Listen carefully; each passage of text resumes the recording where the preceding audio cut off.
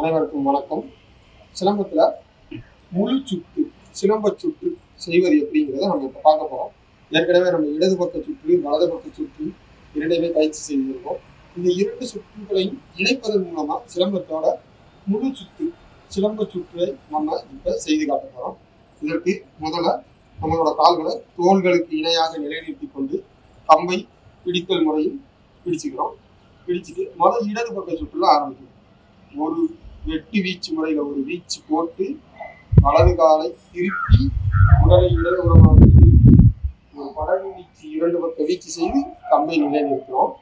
நிறுத்தின இதோ வலது பக்க வீச்சு முறையை இணைக்கப்படும். வலது பக்கத்தில் வெட்டு வீச்சு முறையை போட்டு வலதுபுறமாக உடலை திருப்பி இரண்டு படகு வீச்சு செய்து கம்பை நிலைநிறுத்தும். இந்த ரெண்டு இடது பக்க வலது பக்க சுற்றுகளை இணைக்கும் போது நம்ம சிலம்பத்தோட முழு சுற்றை நம்ம செய்யணும். சிலம்ப சுற்றை இப்போ இடது பக்கமாக வெட்டு வீச்சு முறை இரண்டு படகு வீச்சு, வலது பக்கமாக வெட்டு வீச்சு முறை இரண்டு படகு வீச்சு.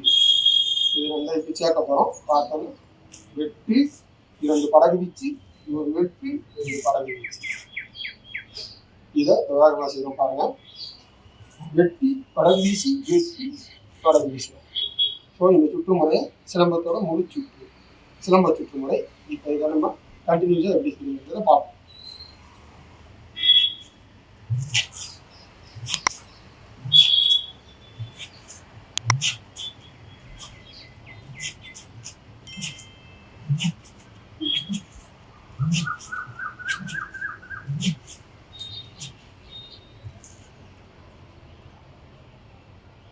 ஸோ இதுதான் சிலம்பத்தோட முழு சுற்றுமுறை, சிலம்ப சுற்றுமுறைன்னு சொல்லுவாங்க. இந்த சுற்றுமுறையை பயிற்சி செய்யுங்க. அடுத்ததாக மற்ற வீச்சு முறைகள் உங்களை சந்திக்கிறேன். நன்றி.